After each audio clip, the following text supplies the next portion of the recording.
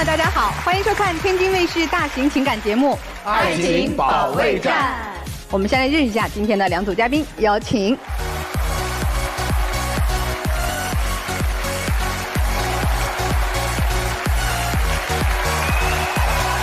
首先要疗愈的是本期第一对情感嘉宾，卢先生，38岁，来自吉林，网约车司机；霍女士，35岁，来自吉林，全职主妇。他们究竟遇到了怎样的情感困惑？你们的婚姻目前面临的最大问题是什么？缺钱呢，因为我家现在5口人，经济压力确实比较大。我老公现在在家躺平了，也不往家拿什么钱。以后我家这5口人该怎么生活啊？我怎么躺平了？以前没日没夜的赚钱，现在不也是供着他花吗？不当家不知柴米油盐贵，3个孩子他从来都没管过，他都不知道我照顾这个家到底有多辛苦。他就是一直看不上我，总拿我跟别人老公比。我就想问问他，我怎么做他才能满意？5口。3个孩子，对，说说吧，都什么情况啊？现在家里边，我们家一开始就是挺幸福的一个5口之家，虽然说孩子比较多，但是还算可以。我们俩就是一开始是一个屯的，虽然说不是很熟悉吧，但是也都了解一些情况，一起长大的嘛。然后他对我就是挺有好感的，一直追我嘛。其实我一开始是很排斥、不同意的，因为他家庭条件嘛不是很好，但是他就是这半年多吧，对我就是挺好的，一直追我，然后我也就是被他感动了。然后我们就在一起了，结婚了1年多，有了我大女儿，几年之后有了我2女儿和我儿子。就一开始还挺好的呗。对，一开始他挺好，他就是挺上进个人。然后虽然说不是说挣很多，但是在我们那个小地方就是可以。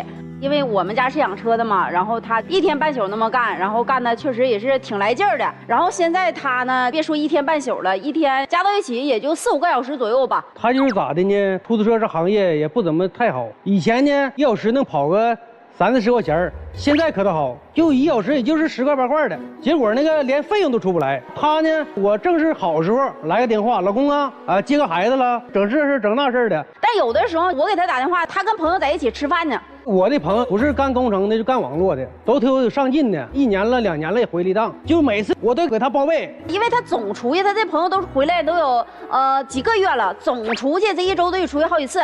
然后我都吵了1次，我以为他能挺一段时间哈，然后再给他打电话，他还是跟那个朋友在一起吃饭也还行。在一起打牌，我告诉你，我朋友都是有钱人，那不是说单纯的出去玩牌喝酒了，而是说啥呢？你出来就行，看看你这现在是收入也不那么好，你家3个孩子压力挺大的，就想拉吧我。有一次出去打麻将是啥意思呢？不是单纯打麻将，就是玩玩，开心，喝点茶了，唠唠嗑了，就是想拉吧。给他打电话不好使，他就不让我出去，人说了，说你出来。完了，这哥几个给你拿点钱，你回去给你补上。怎么兄弟还凑钱给你带回家给媳妇儿？这啥意思呀？我跑车钱没跑出来呀。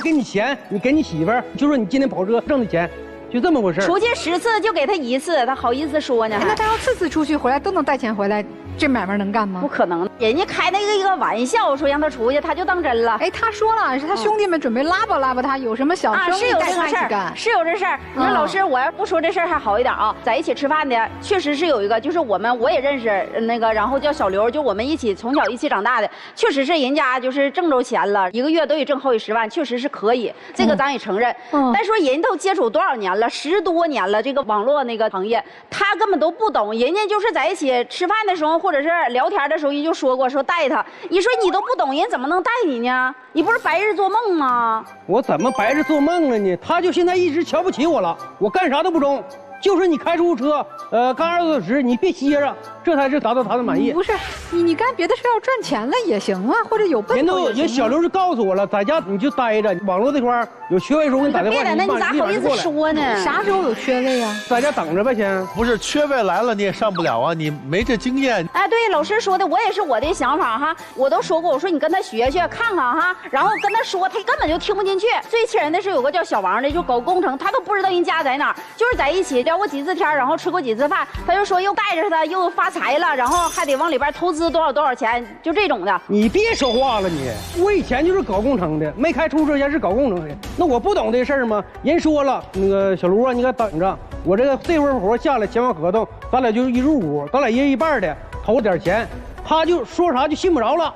投多少钱？也就10万20万的，干个小活了，搁他个手底下。你们家有多少钱？没钱，我现在找亲戚朋友借点儿。就是大家异想天开，我说那你可以干，也不是说不让他干，最起码你现在你得一步一个脚印，咱得一步一步来吧。因为家现在3个孩子嘛，3个孩子就是天天都得花钱，各种吃喝了，各种费用都得用钱。这3个孩子1个月开销大概有多少？18000吧。那他现在赚得回来18000的吗？以前的时候可以，但是他现在根本就供不上。你们家就是靠他工作赚的钱在维持运营。对。他只要赚的少了，你这儿就供不上了，是这意思吗？是的，我就是觉得他现在应该就是每天就是正常干，然后有机会的话，你可以出去闯一闯啊。老大几岁？14岁。老二呢？9岁。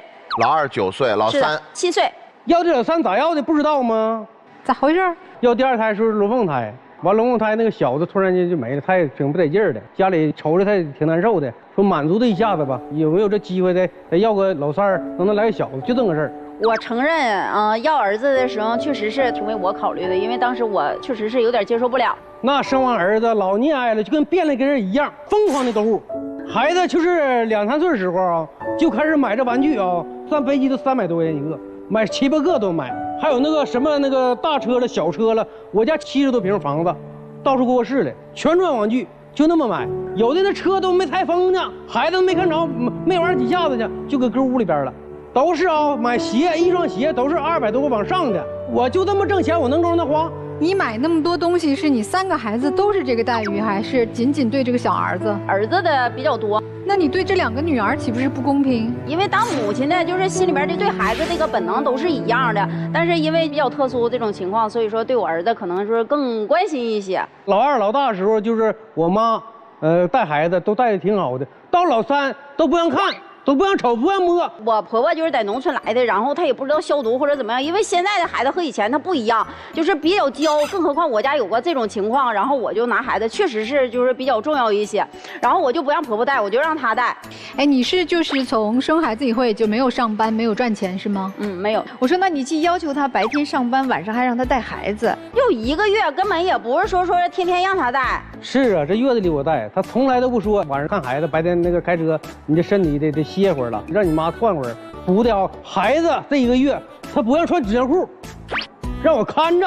你说这是什么女人？这是一个。因为孩子太小了嘛，皮肤也是比较嫩的，而且就是我生儿子的时候是6月份，就是天气比较热，纸尿裤吧，我怕孩子就是这理解，但你不担心你老公白天出车，晚上看孩子，这就根本睡不了什么整觉啊？就是偶尔也可以睡呀。再说他自己的活，他白天有的时候可以少出嘛。结果我这1个月他就净事儿了。孩子尿了起来就开始埋，就吵着开始就，我说你别吵了，因为他有的时候换的不勤嘛，我错了，我错了，那就是这1月挣了下来我瘦了7、8斤。你当一回爸，你值得你这么抱怨吗？我就感觉正常花这钱呢。你闭嘴吧你呀！来，不行，我告诉你，搁家就掰着不过的了啊！你说必须得上这儿来。就是化妆品啊，就每个女人都爱美，我也知道，买呗，给媳妇打漂亮了，出去不也是争光给你了，是不是？经常是买2、3件化妆品，全是牌子啊。那我不也是赶上打折的时候买吗？不也是为了省钱吗？再说你等缺的时候，你不还照常买？和恢复原价的时候还正贵吗？那我问你，现在就是这个化妆品我可以不买，然后甚至孩子的玩具我都可以不买，但正常开销呢，就是孩子正常的补课班呢？我告诉你啊，我们家楼下就是补课班，我儿子7岁到9岁到那个14岁的大姑娘全补。有啥你说说我听听。哎，什么跆拳道了，什么美术了，钢琴了，古筝了，给我都补懵了。我们一直都上，因为有的时候上过机检，孩子那个不喜欢了，或者是我感觉不上过机检就不上了。停，先别说，我们那是1节课是50、60块钱，一教就是10天的。有的孩子领去了，上2节课，孩子不愿意学了，这个都不去了，人不往回返钱，这钱都瞎老了。那不是因为孩子不喜欢上了吗？首先是这样啊，我建议啊，就是如果说咱们家孩子他要是自己能有点零花钱的话，他上补课班之前，你让他去充分的体验一下，不是都有试听课吗？你让他试听个1、2节，然后问他你想要哪个，比如说3个班，我都去试听1节，让他3挑1。咱不是仨班都得去，而且要跟孩子说，你挑了这个班，你挑的啊，你喜欢吗？你喜欢，好的。爸爸妈妈给你掏，比如说100块钱，爸爸妈妈给你掏90，你自己的零花钱你掏10块，你得有代价。你别说上2天说不上就不上了。就是培养孩子兴趣爱好呀，或者有一些课业的这个加强学习，我觉得是量力而为的。但是我感觉有的时候嘛，他现在就是不仅经济上啊像以前那么努力了，然后就是对我也好，对孩子也好，基本上就是不关心了。比方说就是以前哈，我俩就是刚处对象，我稍有点感冒的时候，他上镇里边骑那个小电瓶车，冬天特别冷，然后他也啥也不带，特别着急，因为怕我感冒难受嘛，然后他去买那个感冒药。我们离镇里也挺远，回来一看他那样，就是确实是心里边有我。但是现在咱别说对我，就是对孩子他都漠不关心。因为就是有一次我大女儿就是在学校吃嘛，然后就是学校临时通知了天然气坏了嘛，去接孩子回来吃饭，我就给他打电话，我说你去接那个姑娘吧，然后那个我接儿子，他就在电话里边一顿数落我呀。他给我打电话的时候，我正是活好时候，我车有人，我还直接撵去啊。我不也没有你接吗？再说早晨的时候，外面下哗哗大的雨，我也以为你就是你肯定你得主动要送，他都不吱声。我说那我忍不住了，我说要不然你去送孩子吧，外面下雨下太大了，他也不去。那个，我问一下，就是自从咱们家老三出生了之后，你为自己丈夫做过什么？没有。您觉得这俩事儿有联系吗？有。有什么联系？您告诉我有什么联系？他在外面干活确实不容易，但我进过家我也不容易啊。所以你也不关心他，他也不关心你呗。虽然我没关心过他，但我感觉就是实质上他也没为我做过什么。哎呀，你们10多年的夫妻了哈，3个孩子。是，我都告诉过他，我说以前呢花钱呢，我就挣200，咱俩一起花去，我可以对你好。而且现在是不同了，现在有多了个3个孩子，这一份心分你4个上，你可以理解我的。因为他以前就像他刚才说的，虽然说挣的不是很多嘛，但是就是挣100给我100，挣200给我200。现在就是我家里的事儿，他不但不管，人家就各种理由，人送不了孩子，也接不了孩子，就各种理由。完然后钱呢都给你吗？不管他挣多挣少。要不说钱还好一点，因为有一次我发现他兜里边有500块钱私房钱，因为他以前从来不揣钱，就像我刚才说，他挣100给我100，挣200给我200，而且自己留个10多块钱、20多块钱了，抽烟了、喝水了或者怎么样，兜里从来都没留过钱，10多年了嘛，就是这1年多。然后我上2天我就发现他兜里有500块钱，我就问他，哎呀，咋有钱了呢？然后他跟我说，他说我忘给你了。我也就信了，过了都有3、4天吧，然后我就是无意中看他手机红包里发现了700块钱，当时我就特别生气，这个就不可能你私房钱了吧？我问他，我说你这个钱什么意思？什么意思？我到家没有第2句话，第1句话就问你，我今天跑多少钱，能给我交多少？那你这不是藏私房钱了吗？我就想问你，你这私房钱啥意思？我必须得藏点钱呢，我得藏点钱呢，钱全都花没了。我以前是啥情况到家呢？全交给他。红包里基本上就剩10多块钱，烟钱都没有。你该留吗？你名义上是丈夫，其实你就是个扛活的。老师，你这说对了，你就应该以一滴汗珠子摔八瓣，1分钱不留，全身心的把你的每一滴汗水、每一滴血都奉献给你的家庭。你怎么还能留1分钱呢？小霍，我说的对吗？我觉得不对。那我问一下，咱们家孩子楼下那班1节课5、60，一教10天，10天乘以5、60就是5、600。对，3孩子仨5、600就是1500。对。你老公留了500块钱，这是多大罪过？您告诉我。他从来都没留过，因为他这个人特别本分。我就想一想，他现在是不是有外心了？你也知道他本分啊，我们听起来真的，你看雷老师都愤怒了，你这不欺负人吗？哎，但我也得帮你问一句啊，你说你13、14年都忍了，1分钱不留是吧？咋最近就不忍了呢？许我忍不住嘛，姐们儿，就想说这个，许我忍不住嘛。我的意思就是，许我出去找一小刘，找一小王，我喘口气儿嘛。我的就这意思。咱这样吧，咱说说你们来干嘛吧。我今天主要的目的就是还想好好过嘛。我们虽然说孩子多压力大，但是他要像以前一样好好干，就也可以。他说我干不动了，我不想好好过了，不过了。我也就这样式的了。那3个孩子呢？那不花了。该花呀，我挣多少钱该付抚养费我付啊，没钱上补习班不上啊，买不了飞机不买呀，不是所有人孩子都要买飞机啊，这种想法肯定是不行的。那不行怎么办？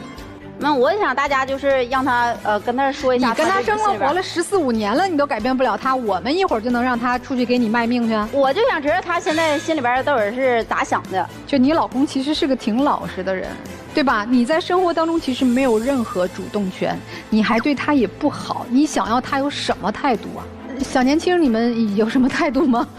姐姐她没把她老公当作是她的丈夫，就我感觉一点不爱他。她是不是这么多年没工作了，不知道钱难赚呀？有的时候给自己老公压力太大了，而且本来老公也是有自己的社交的，他想赚钱，他想找自己的兄弟跟他带他一起去赚钱，他留点钱，多多少少社交也是需要钱的。就其实你觉得这个老公做的还不错的是吧？对，就是这个女人，我感觉她花钱花的太多了，她应该就是在自己老公能承受范围内去花钱。就是他俩都觉得你老公挺好的，听明白了吧？人小年轻都是这么认为的啊！听听老师们是怎么看的啊？霍女士太强势了一点，你的眼里现在只有你的孩子，确实没有他。第二个，我觉得就是您是不是也可以尝试着就是开始工作？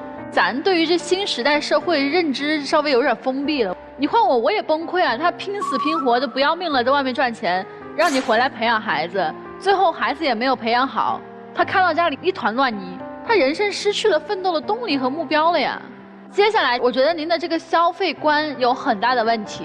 就是在你们当地的一个消费水准来说的话，其实我觉得，如果丈夫出去拼命去赚钱，用心赚钱，其实应该是可以支撑起这个家庭的。可以，他觉得你已经盲目的在挥霍他就是辛辛苦苦赚回来的，就是他叫什么血汗钱，拿命赚的钱。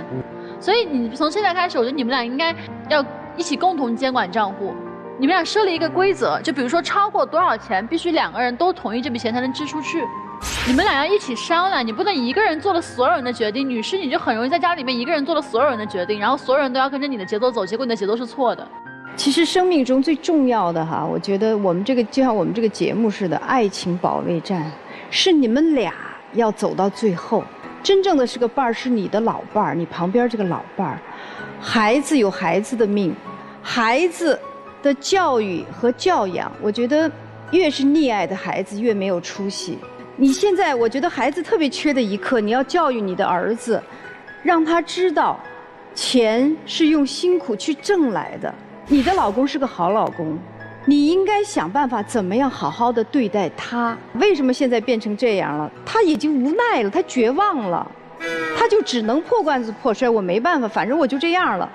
那么翻过来，我也要说这个老公，你这是一个非常消极的方法，因为在生命中你会在各个阶段碰到各个阶段的问题。人生的命运线是抛物线的，不是说永远都是越来越好，你总有下坡的时候。那么现在是你事业下坡的时候，你是一个男人，你本来一直都在担当你这个家，那么我觉得你更重要的是，我更勤奋的去工作。人心都是肉长的，用你的责任心，用你的爱心来感化你的太太。首先肯定一下啊，有值得肯定的一面。我觉得3个孩子的母亲也很不容易，3个孩子的父亲也很不容易。还是一个家庭，还愿意为了解决家庭的问题来到我们节目当中，我觉得都是善良的人、有爱的人、愿意负责任的人。但是确实现在家庭出现了这样的危机。这样的危机有你们自己的问题，有你们受到周围人影响的问题，也有环境的问题。但是既然遇到问题，咱们解决问题，谁也别埋怨谁。老公你也别埋怨太太说这么溺爱孩子，这么无底线的消费，你惯的呀。你是家里边掌舵的男人，赚钱的男人，你惯的呀。就他一个人惯儿子了吗？你没惯吗？你要硬气一点说，买什么飞机？我的儿子是用来长志气的，是用来学习的。你也没教育呀，这个教育当中你没缺失吗？所以你惯的吗？对吧？要不然我刚才老开玩笑说你宠了10几年了，你今天突然变了，人家不接受了呀。但我始终认为你们俩之间还是有很深厚的情感和责任在的，所以才有今天闹成这样来我们这儿吵。所以那我们把责任划分一下，母亲培养孩子、陪伴孩子多，父亲需要更多的赚钱。你就别再等着天上掉馅儿饼了，小王小刘的，咱放松一下，出去娱乐一下可以了。先好好赚钱，机会来了咱们抓住。你的责任，老公钱都交你了，您规划规划呗。咱还得有点积蓄吧，能不补的就不补了。谁说孩子一定补课才有出息啊？你们留点自己父母老了给他们养老的钱，留点自己将来老了该攒的钱，别乱花钱了。想要教育出好的孩子，首先父母得相爱，他们内心才有安全感。天天妈妈数了爸爸不赚钱，爸爸不回家，不给妈妈安全感，那孩子能教育好吗？你俩相爱才是言传身教对孩子最好的教育。赶紧把你们之间的感情也看一看，你关心一下老公出车回来累不累，咱给补一补，稍微弄点好吃的给老公收拾干净利索了，你也爱他一点。你的孩子会长大呀，他们长大了都会离开你的，该结婚的结婚，该离家的离家。你有啥呀？你就有个未来的老头陪着你，你也多关心关心太太，在家带孩子不容易。空了，路边看到有卖花的，咱支援卖花的小姑娘，3块5块买朵花回来哄哄媳妇儿，不就是这么回事儿吗？想想你们当初那么不容易走到一块儿，生了3个孩子，再想想未来几十年我们要过的生活，没啥过不去的，不就是现在眼前这个坎儿吗？我相信你们肯定能度过，修复一下感情吧，加油啊！他是牛马还是人？是人。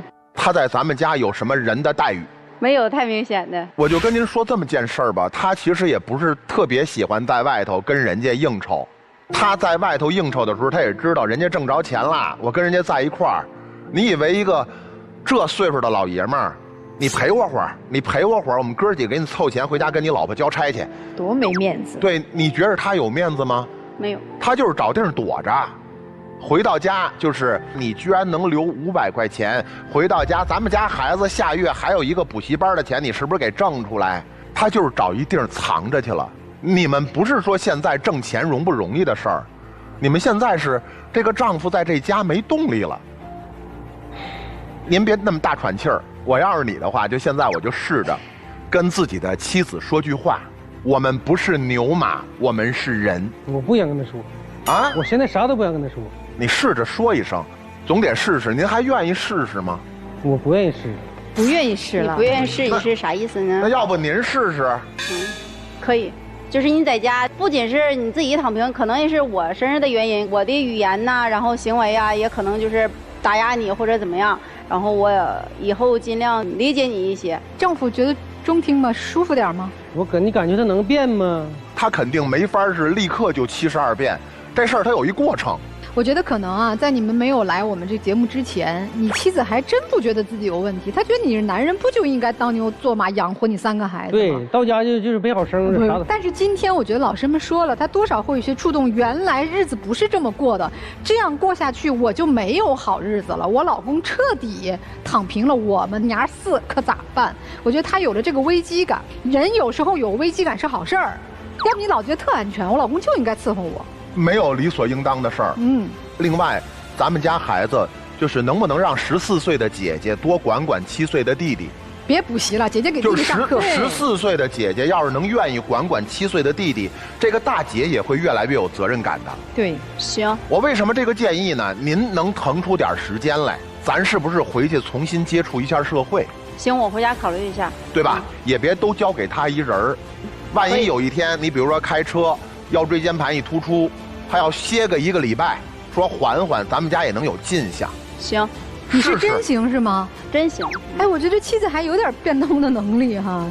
其实我倒没在听妻子说什么，因为她答应都太痛快了，而且她答应的没有力量，就什么事儿都可以答应。然后呢，其实你一直在整场都在虚张声势，你离不开这个家，你也离不开他。但是其实我一直在琢磨，老公你在想什么？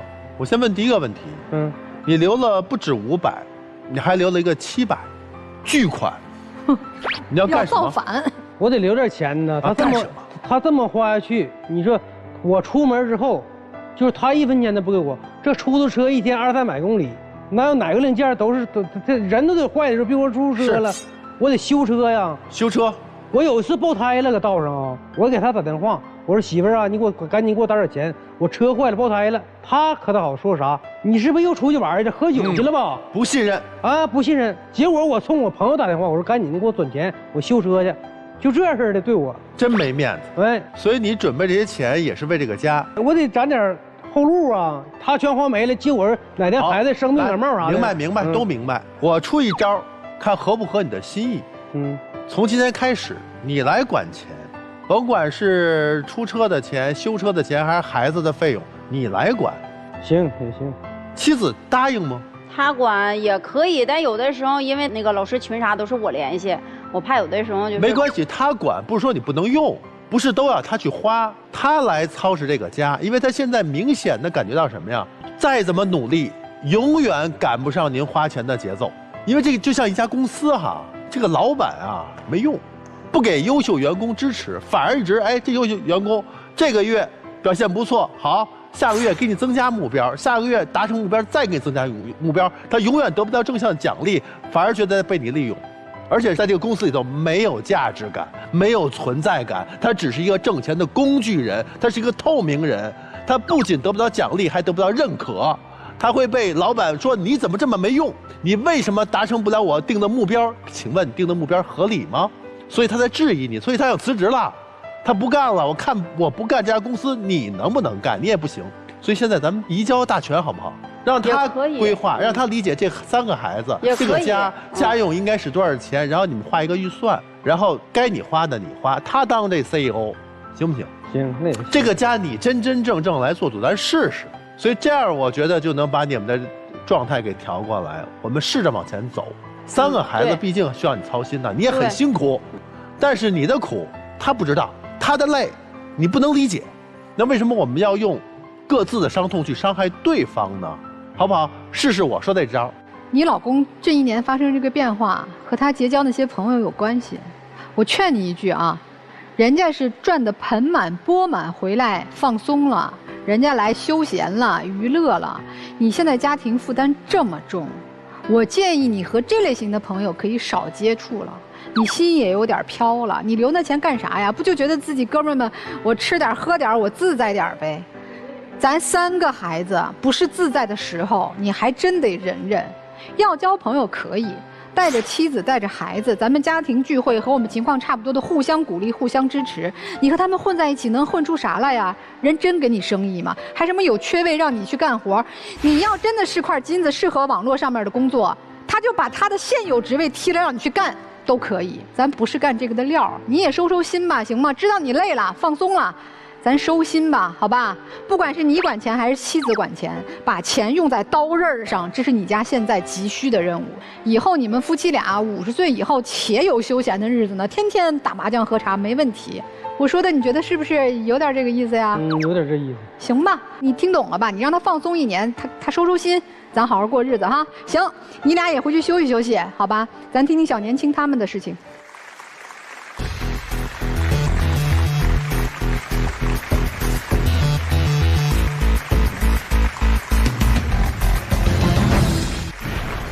本期第2对情感嘉宾，小刘，21岁，来自安徽，学生；小宋，22岁，来自安徽，实习。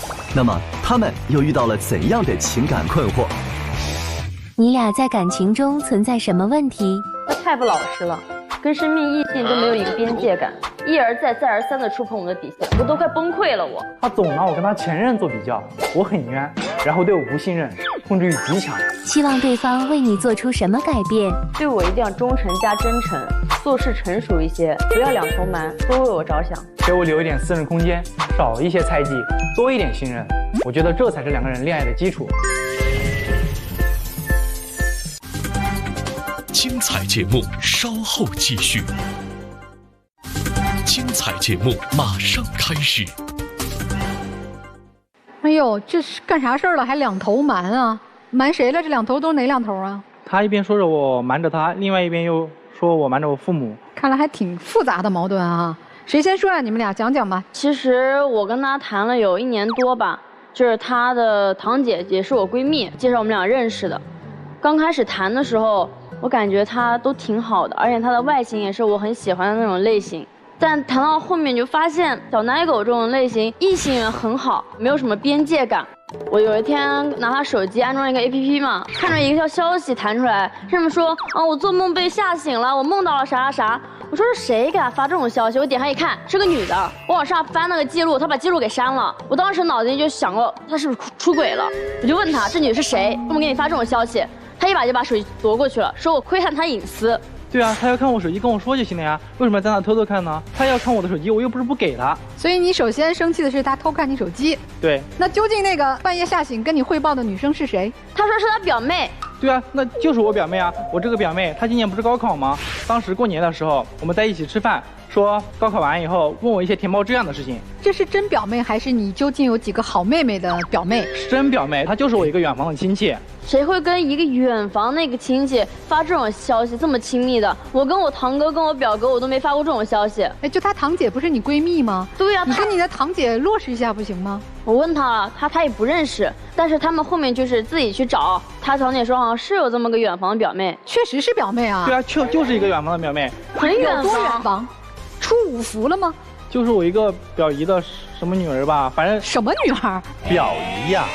通常我们说表妹哈，是我姨的，就是我一个姐妹的，对孩子，那她是你表姨的女儿，这些关系我也分不清，反正我知道，反正她就是我个表妹，年纪比我小一点，就离得特别远的表妹。对，我当时想着我就是亲戚之间帮个忙，她就是太敏感了，连这个事情都要跟我吵架。为什么你要把前面的信息给删掉呢？就是我删掉是因为她在我这里已经形成了刻板印象，就是我只要一跟异性聊天，他也会跟我吵。就比如我前段时间跟我同学聊个学习的事情，他连这个都跟我闹分手。主要是通讯录里面女生太多了，今天上什么课呀，都要去问他，怎么不能问他的好朋友，非要来问他呢？那就是呀，不问他的好闺蜜，为什么问个男生啊？我也不知道。他就是什么中央空调，他对每个人都很好。哎，那有很多男生也问你女朋友说今天上什么课，或者你吃什么饭，或者我半夜梦到一个很害怕，你接受吗？我应该也会问一下他跟他男人什么关系吧。所以也觉得不是特别正常，是吧？嗯。好，这是一个事儿啊，还有什么事儿吗？他总是拿我跟他前男友做比较，就觉得他前男友哪里做的不好的事情，我也会这么做，而且他对我一点都不信任，总是说我花心，就特别的约束我，就感觉不让我的世界里有任何的异性的存在。就比如我过年的时候想养一条小狗，他说你领养可以，你只能领养公的，不能领养母的。我当时感觉莫名其妙。姑娘，这是什么逻辑啊？那你说那异性相吸嘛？那小狗肯定黏他呀。我就看着不舒服。你怕养一个小狗更和他亲近哈？主要是他认为这些是约束。如果一个老实的人会认为这是一个约束吗？他就不老实。有一件事儿跟你们说啊，上次放假他说他要去学车，然后我说好，那我以后每天就去陪他去练车了。他那是陪我学车吗？他那就是去监督，就是监督嘛。他就生怕我跟别人做了什么，就比如我去学车的时候，那车上要是有女学员，他就不让我跟他们一起学，这些东西都是教练安排的，我能有什么办法？就是我在他那个练车群嘛，我就看到那些女生，我特别讨厌那些女学员，天天在群里面说啊，有没有单身的小哥哥呀，来一起出去吃个饭，喝个酒，蹦个迪，谈个小恋爱。你说那些单身的男学员回复就算了，他在群里面举手。我不知道他什么意思，他想跟那些女的出去吃饭吗？谈个恋爱吗？就在我眼皮底下干这种事情。我们那个学员群里都是我们学员，他非要进去。我说你进来干嘛？他说了解一下我的行程。我要不拉他，他跟我闹分手。而且他进这个群不就是想看到我跟别的女的有什么吗？那我就给他看好了。我那想着给他开玩笑，谁知道他这么敏感，一下就长毛了。知道你女朋友敏感，怀疑你，你咋还刺激他呢？这是啥逻辑？对啊，因为我前2段感情都是被我前男友给绿了，所以我特别没有安全感。他还干这种事情，就是有一次我临时有事没去陪他去架上练车嘛，那天又突然下雨了，我就说，哎呀妈，下雨了，赶紧结束我手头上的事情去给他送伞，怕临时生病了。我老远就看到他从那个教练车下来。跟着一个女生，那女生身上穿着她的外套，哎呦，然后那女的还给她打伞，两个人挨可近了。你想打伞的距离多近啊？你为啥给别的女生穿你的外套啊？当时那天他又不是不知道，那天下那么大雨，教练车上就只有我、教练和女学员那3个人。我本来还不想给他的，我想着他肯定会生气，但是这时候教练突然说：“你个大老爷们看人家女孩淋成那样都不给他。”教练都这么说了，我又不好驳了他的面子，我才把外套给他。而且这外套又不是什么贴身的衣物，而且我这就是一个学员之间的普通帮助一下而已。那你的我连他微信都没有。你看我跟他说什么事他都要非要给你争个输赢，就是不让着你说话。行吧，除了女生多疑敏感，因为以前谈恋爱有这样的经历啊，那其他方面呢？你们相处的愉快吗？其实平时都还好，但是他有个很大的问题，就是他2头瞒嘛，我前面提了，他喜欢说谎。因为我现在已经毕业了，刚刚在实习，然后呢他还没有毕业，他说明年毕业，他说明年去考研，想考回合肥，跟我结束异地恋。然后我就很开心，我特别感动。那我说这考研是好事儿，我找我哥哥要复习资料啊，做很多功课去帮他。对于他父母也是知道我们俩感情嘛，我就想展现出我最好的一面。他爸妈开饭馆，我就去他饭馆帮忙啊，经常去，所以他妈特别喜欢我。对啊，这不挺好的吗？就是我妈经常在我面前夸他，说他会生活，就是很贤惠什么的。那他还有什么不满的呢？主要是后面有一次，他妈叫我到他家吃饭，我打扮得非常正式，非常开心，冷不丁在饭桌上突然他妈来一句：“明年该结婚了吧？准备生几个呀？生2个吧，要不要生一个儿子最好？”我当时整个人都懵了，因为他跟我说的是明年他考研，而且我现在才22岁，就是太遥远了。结婚生子对于我来说，我就给他使眼色，让帮我说话。他说是，明年结婚生子，他没有帮着我说话。我本来就是一个外人，他还不帮着我说话。那考研和结婚也不冲突呀。我考研确实没有跟我爸妈说，我不是想着等考上了给他们一个惊喜，这要是没考上还提前跟他们讲，那他们心里不也很失落吗？而且他又不是不知道，我们家就我一个儿子，我上面还有2个姐姐，我父母年纪也越来越大了，想着我们早点结婚了。那他不想早点结婚这事儿，他跟你说过吗？说倒也说过，但是我妈妈他们也是好心问一下而已。我爸妈不是想我早点结婚，帮我带孩子吗？给我们减轻点压力。我父母思想就是比较传统，但是他呢，他现在就把未来全盘否定了，说自己不生孩子，丁克。那我很久之前我就跟他说过了，我不想要小孩，因为我从骨子里我就不喜欢小孩。本来生育对于女性来说，肥胖呀，然后妊娠纹，我就爱美，我就接受不了。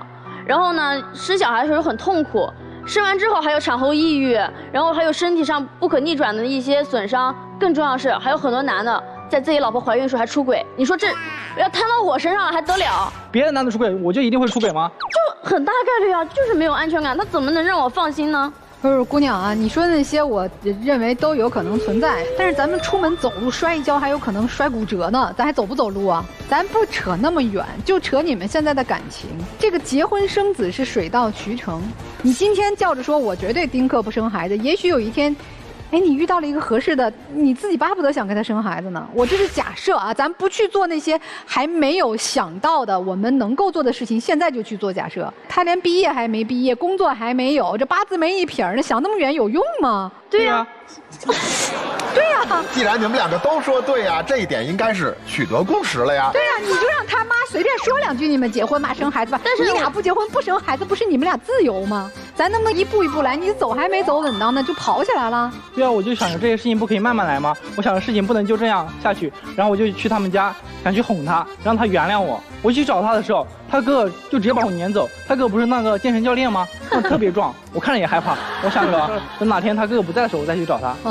然后过了几天，我去找他的时候，我在楼底下喊他，我嗓子喊破，他都不理我，打电话也不回。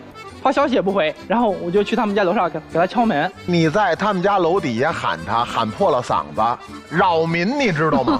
那你敲门，他开门了吗？我敲着敲着，2个保安突然过来把我架走了。是啊，我要是业主也投诉你，我好不容易睡个午觉，我招你了我。那咋和好的呀？那干脆分了算了呗，怎么又和好？今天又一起来了呢？我妈现在也知道这事儿了。她不说这事还好，我到那个时候才知道，我们谈恋爱，他爸妈都不知道。他口口声声说我对他不真诚，难道他就对我就真诚吗？我感觉我不告诉父母很正常吧。的确，我没有想过这么快结婚，我想着以后再说，要不然的话，你现在大家人尽皆知了，没有一个好结果，不好收场。哎，小宋，你爱他什么呀？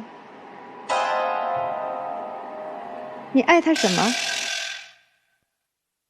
就是我以前谈的每段感情都不好，然后呢，其实他很老实。他刚刚谈的时候，他追我呀，他每周他不是在别的学校嘛，他在外地，他每个次来看我都会带一束花来。他是很注重仪式感的一个男生，很细节，他什么都懂。反正我对他一直都很好的感觉，就是特别喜欢跟我拌嘴，非要去争一个输赢，很幼稚。但是你总在怀疑他呀，他没有给你一点安全感。我就容易吃醋，我没法看他和别的女生正常。就不是他不给你安全感，不是他值得被猜疑，心理有问题，是你自己没给自己安全感。这遇到谁你都会觉得不安全，和他没关系啊。所以其实女孩我觉得还是喜欢男生的，可是自己内心的伤，或者是说现实的情况，你也挺迷茫的是吗？对，我就感觉应该走不到最后，没有未来，因为他们家一定要生小孩，我肯定是不会生的。虽然说这个东西很遥远，但是我一下就看出来，我们以后就不可能结婚。我真的觉得你们根本就没到探讨这个的地步。你女孩，你就是透支未来的痛苦，你到那个份儿上了吗？你预知那些痛苦干嘛呢？其实我现在也是不想要孩子，但是我不知道以后会怎么变化。你这个说的其实也是实话，太年轻了，我没有办法去预判未来的生活。我要是没有能力去抚养，我肯定不会生小孩的。所以你们今天是谁要求了到这里来的？我。目的是什么？我不知道是不是要继续下去，因为怎么看好像都是到不了结婚那一哪一部？我怎么总觉得这个女生啊，她总觉得爱情是不能给自己幸福的。所以姑娘，真的，你们俩之间的矛盾不是说那么遥远的将来生不生孩子，是你在爱当中你体会不到安全感，是你觉得所有的爱是绝望的。我觉得你现在根本不是爱，你是一种占有欲，你是觉得我在前面都是被人家给绿了，那么这次我一定要抓住一个，薅住一个。哎，你们这对夫妻有认真在听他们的故事吗？还是在思考你们未来生活规划呢？我刚才听了一下，我感觉就是这个女孩就是更爱这个男孩多一点。其实也可以理解，如果她说的是真的情况下，说2个男孩都给她绿了，她这种心理也很正常。但是她多少有点对这个感情啊有点扭曲。但是作为过来人，我感觉这个小男孩长得确实挺精神的嘛。就是你这点应该跟那个大哥学一学，就是通讯录里边这些那啥了，或者是单身举手了，你这个太不行了。哦，你老公还是有点可取之处的哈。你家大哥通讯录里没女的呀？肯定是有的，但是没有说像他的这种说我单身呐怎么样这种，不开这种就玩笑结婚了之后肯定是不行的啊。2个人就这样谁都接受不了。是不是你家老公挺好的？啊，挺好，确实挺好。老公有什么说的吗？我感觉这女孩心也太细了，赶紧分了得了吧。你就到结婚那天也是，你父母也不太同意的，不要孩子谁让他同意？那老师们看到了什么哈？帮2个年轻人怎么去做一下疏解？先说小宋吧，宝贝儿，就是你太不自信了。过去的那2个男的，你就当他眼瞎，你没有必要通过任何的方式来证明你值得被人喜欢，你值得被爱。也千万不要因为一个男孩子每个礼拜给你送一束花，你就爱他爱得不可自拔，那你的爱也太轻贱了。你是一个可以发光发亮的人，未来的人生会非常精彩。至于你所谓的你想不想要孩子这个事情，不要拿到现在此刻这个命题来聊，这个环节不适合。你要不要孩子，你现在也不需要跟他商量，你现在需要跟他商量的是我如何给你一个健全的爱人。你们俩现在只是谈恋爱，还有一个就是要尊重对方的父母，不管他父母说什么，至少他对你是一种肯定，因为喜欢你，因为接纳你，所以才会有这样的发言。好，接下来说男孩子，你确实挺没有边界感的，一男的，你明明有女朋友，你做的所有的事情都是让人误会的，他都不知道你对他是否是真心的，你还说你为什么不告诉你的父母我们在一起？他去告诉他的父母，他看到你在群里面举手说自己是单身吗？你这个行为你自己自洽吗？你的逻辑，你不要对他造成了伤害之后，每次你去弥补他，然后你去做一些那种自我感动的事情，啊，我在楼下去喊，我去干这些有的没的事儿，你演偶像剧呢。你要真正做到的是让他觉得哦，我们2个是有未来的。他今天来这的诉求是什么？他不知道跟你是不是还有未来，自己也挺幼稚的啊！不要老说什么他那个什么占有欲强什么之类的，很多层面上也是被你逼的孩子。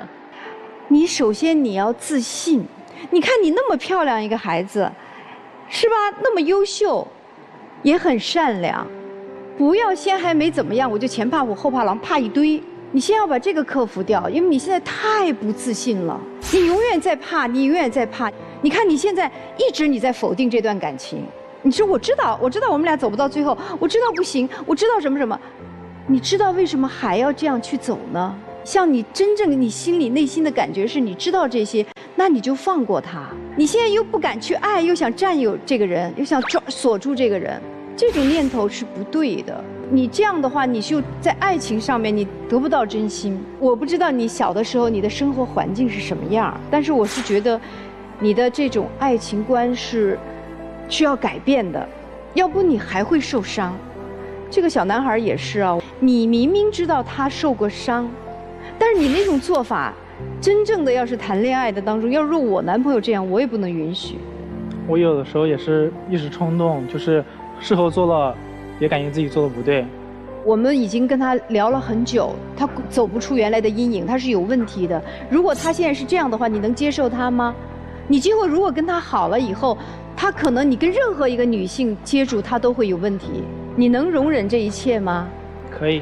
你有这个念头，你就跟他勇敢地走下去，你好好的爱他，多给他的爱。我希望你用你的爱来感化他，能让他改变，能让他走出心灵的阴影。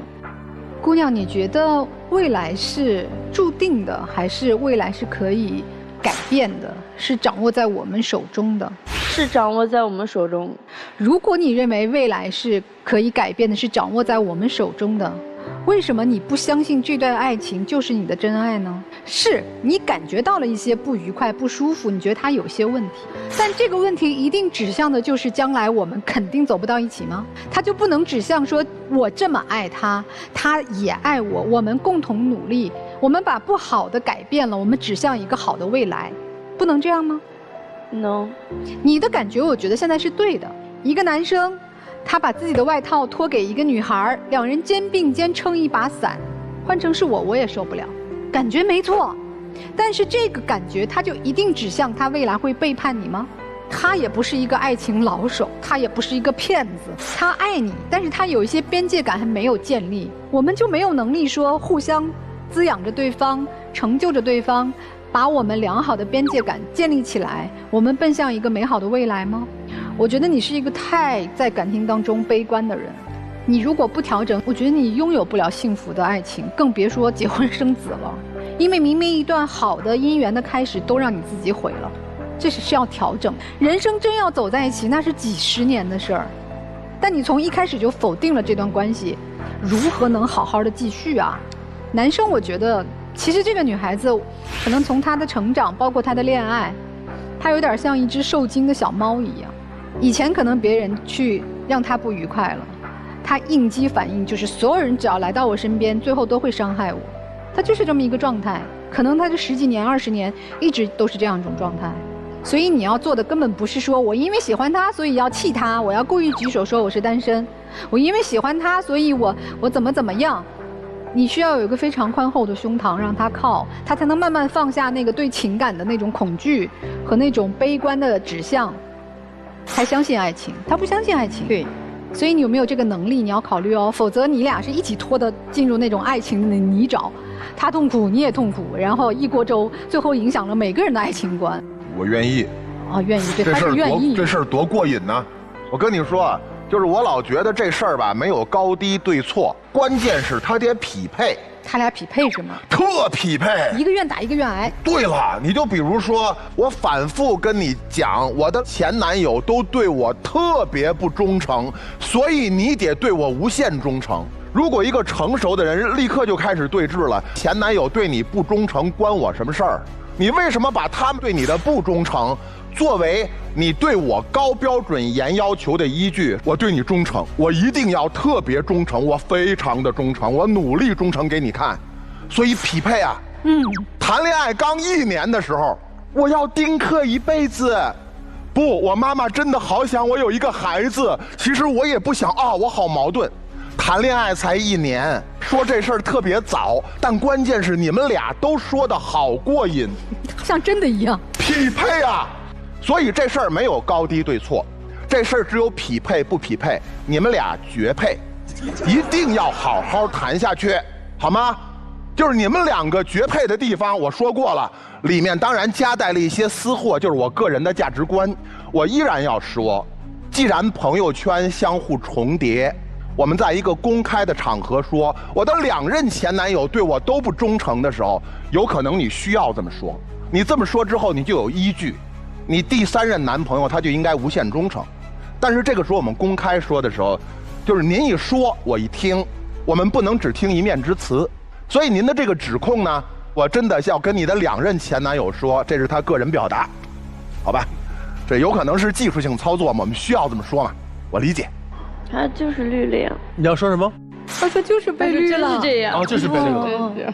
这意思就是，小刘，你可要救我。 他们2个都对不起我，你可要救我，难度可高了。就是被绿了，你觉得他和你前2任男朋友有没有相似之处？异性缘好。哎，你看啊，你就吸引这种体质的人，为什么？因为你一直在索取，他们就闻到你身上有他们熟悉的味道，所以他们找你。你一直都想在他们身上吸取什么呀？安全感。恰恰他们是最难给你安全感的。 不是不成熟，哎，就是外表很吸引异性，同时呢和异性有没有边界感？为什么？就回到一个话题，历史是可以影响未来的，但是历史绝对不能决定未来。你之所以说我丁克，那可能是大概率和你原生家庭，你跟自己父母关系就没有处理好，你认为你也不可能处理好跟自己下一代的关系，你想要坚决的要安全感，绝对安全感，可你偏偏找的是什么？找的是很容易出现安全感方面的问题的人。你到底在要什么？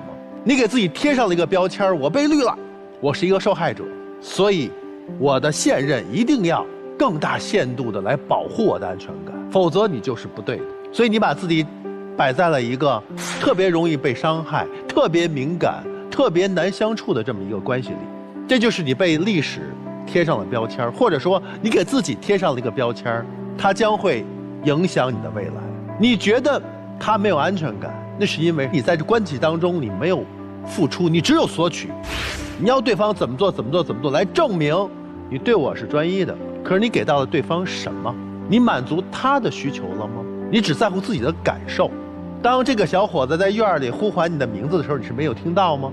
当他被保安带走的时候，你作何反应？其实你很想突破改变历史，但是你总是在被历史困住。所以真正我们要做的事情是什么？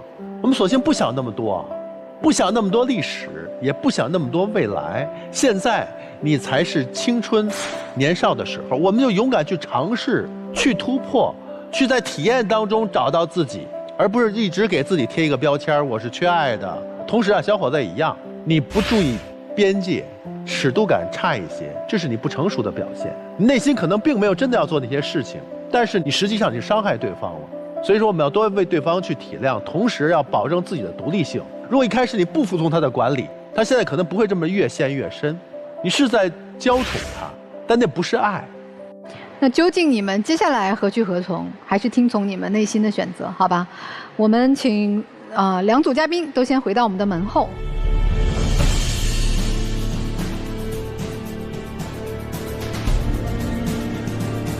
电视机前的观众朋友，如果想收看我们节目完整视频呢，还可以通过登录优酷视频、腾讯视频来收看完整的节目内容。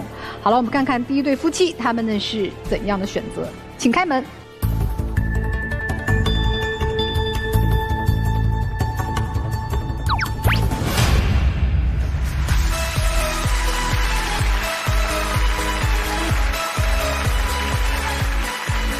表情感觉放松了不少哈，手拉手出来了，手出来了。哎，说说呗，达成了什么一致？我们俩就是决定，因为一开始的时候也没想就是分开嘛，然后我就是自我检讨一下，然后以后就是自己省着点算着点花，然后多关心他一下。哎，我们感情是没问题的，以后花钱这方面对我好点也是没问题的。那你对人家准备怎么着呢？那必须得好啊，跟以前一样干呗。好，加油吧啊！抱一抱吧。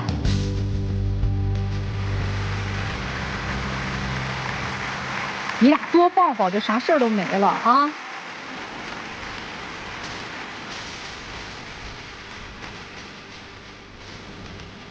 谢谢你们两位啊，加油吧！再见，再见。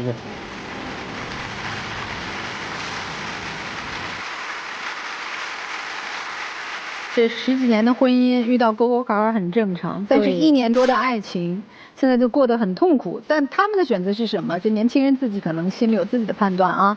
来看看我们第2组嘉宾，他们的选择是，请开门。精彩节目稍后继续。精彩节目马上开始。请开门，不会出来了吗？我觉得会出来吧。会出来，会出来。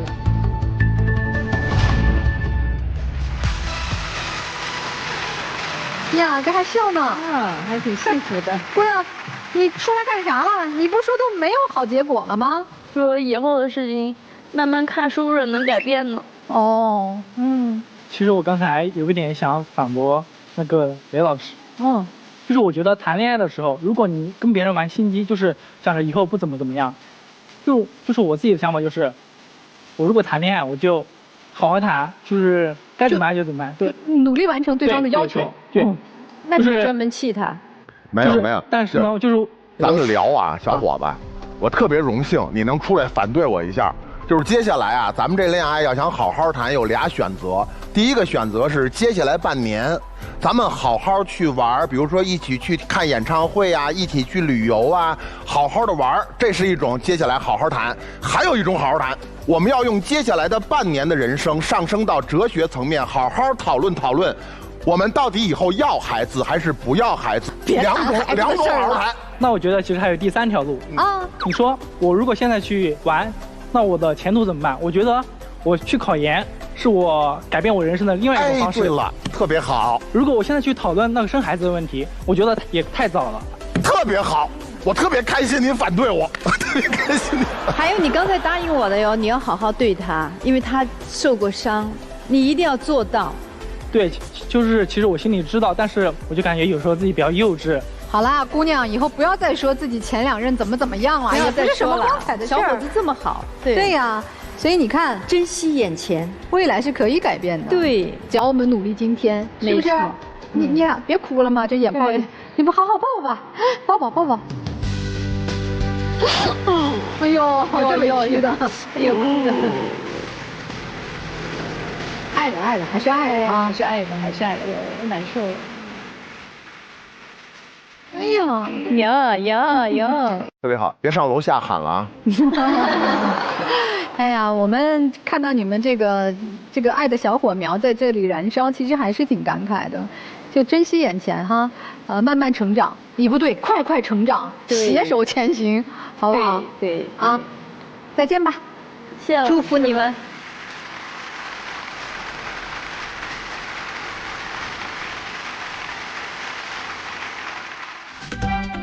精彩节目稍后继续。精彩节目马上开始。哎，我觉得其实如果这个小女生今天能够在这个眼泪当中学会用自洽的方式去生活，她们的爱情可能就更顺利了啊。对，希望她们都开开心心的吧啊。还有就是把这个该考研、该工作的安排好，别一头扎到爱情里边，人生还很广阔的天地。那也感谢我们电视机前的观众朋友收看我们今天的这期节目，我们下次爱情保卫战再见。